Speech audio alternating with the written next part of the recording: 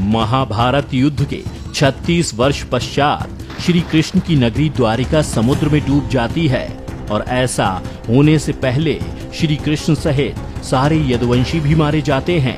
ऐसा क्यों? दरअसल श्री कृष्ण ने जब कंस का वध किया तब जरासंध ने कृष्ण और यदुवंशियों का नामो निशान मिटाने की ठान ली। जरासंध मौका मिलते ही मथुरा और यादवों पर बार बार आक्रमण करता रहा। उसके बढ़ते अत्याचार देख श्री कृष्ण ने यादवों की सुरक्षा के लिए मथुरा को छोड़ने का फैसला किया और एक ऐसे नगर की स्थापना की जो बहुत ही विशाल और सुसंगत था, और निर्माण हुआ श्री कृष्ण की नगरी द्वारिका का।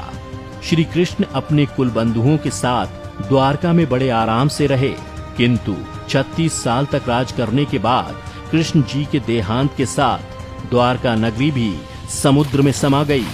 इसके पीछे का एक कारण था माता गांधारी द्वारा श्री कृष्ण को दिया गया श्राप, और दूसरा ऋषियों द्वारा श्री कृष्ण पुत्र सांब को दिया गया श्राप। महाभारत युद्ध में कौरवों पर विजय प्राप्त करने के बाद जब युधिष्ठिर का हस्तिनापुर के राजमहल में राज तिलक हो रहा था, तब कौरवों की माता गांधारी ने अपने 100 पुत्रों के वध और महाभारत युद्ध के लिए श्री कृष्ण को दोषी ठहराते हुए श्राप दिया कि जिस प्रकार कौरवों के वंश का नाश हुआ है, ठीक उसी प्रकार यदुवंश का भी नाश होगा। एक दूसरी कथा के चलते महाभारत युद्ध के 36 वर्ष बाद द्वारका में तरह तरह के अपशकुन होने लगे। तब एक दिन महर्षि विश्वामित्र, कर्ण, देवर्षि नारद आदि द्वारका आए। वहां यादव कुल के नवयुवकों ने उनके साथ परिहास करने का सोचा और वो श्री कृष्ण के पुत्र सांब को स्त्री वेश में ऋषियों के पास ले गए और कहा कि ये स्त्री गर्भवती है, आप लोग बताइए कि इसके गर्भ से क्या उत्पन्न होगा। ऋषिगण ध्यान करने लगे, लेकिन जब उन्हें पता चला कि उनके सामने ये सभी जिसे स्त्री बता रहे हैं वो वास्तव में एक पुरुष है, तो वे सभी क्रोधित हो गए और आक्रोश में आकर नवयुवकों से कहा, तुम लोगों ने हमारा अपमान किया है, इसलिए श्री कृष्ण का यह पुत्र एक लोहे के मूसल को जन्म देगा, जिससे तुम लोग अपने समस्त कुल का संहार करोगे। उस मूसल के प्रभाव से केवल श्री कृष्ण व बलराम ही बच पाएंगे। उधर श्री कृष्ण को जब यह बात पता चली तो उन्होंने कहा कि ये बात अवश्य सत्य होगी। मुनियों के श्राप के प्रभाव से दूसरे ही दिन सांब ने मूसल को जन्म दिया।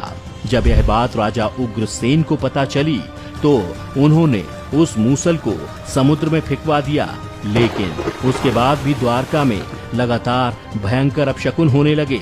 भगवान श्री कृष्ण समझ गए कि कौरवों की माता गांधारी का श्राप सत्य होने का समय आ गया है।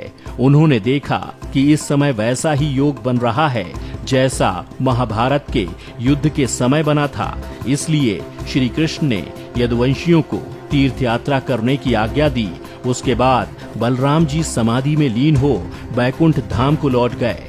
उधर बलराम के जाने के बाद श्री कृष्ण का वध भी जरा नाम के एक शिकारी के हाथों हो गया, लेकिन श्री कृष्ण अर्जुन के हाथों ये संदेश देकर गए कि द्वारका जल्द ही समुद्र में डूबने वाली है, सभी वहां से चले जाएं। उसके बाद अर्जुन अपने साथ श्री कृष्ण के परिजनों और सभी नगरवासियों को लेकर इंद्रप्रस्थ की ओर चले गए और उन सभी के वहां से जाते ही द्वारका नगरी समुद्र में डूब गई।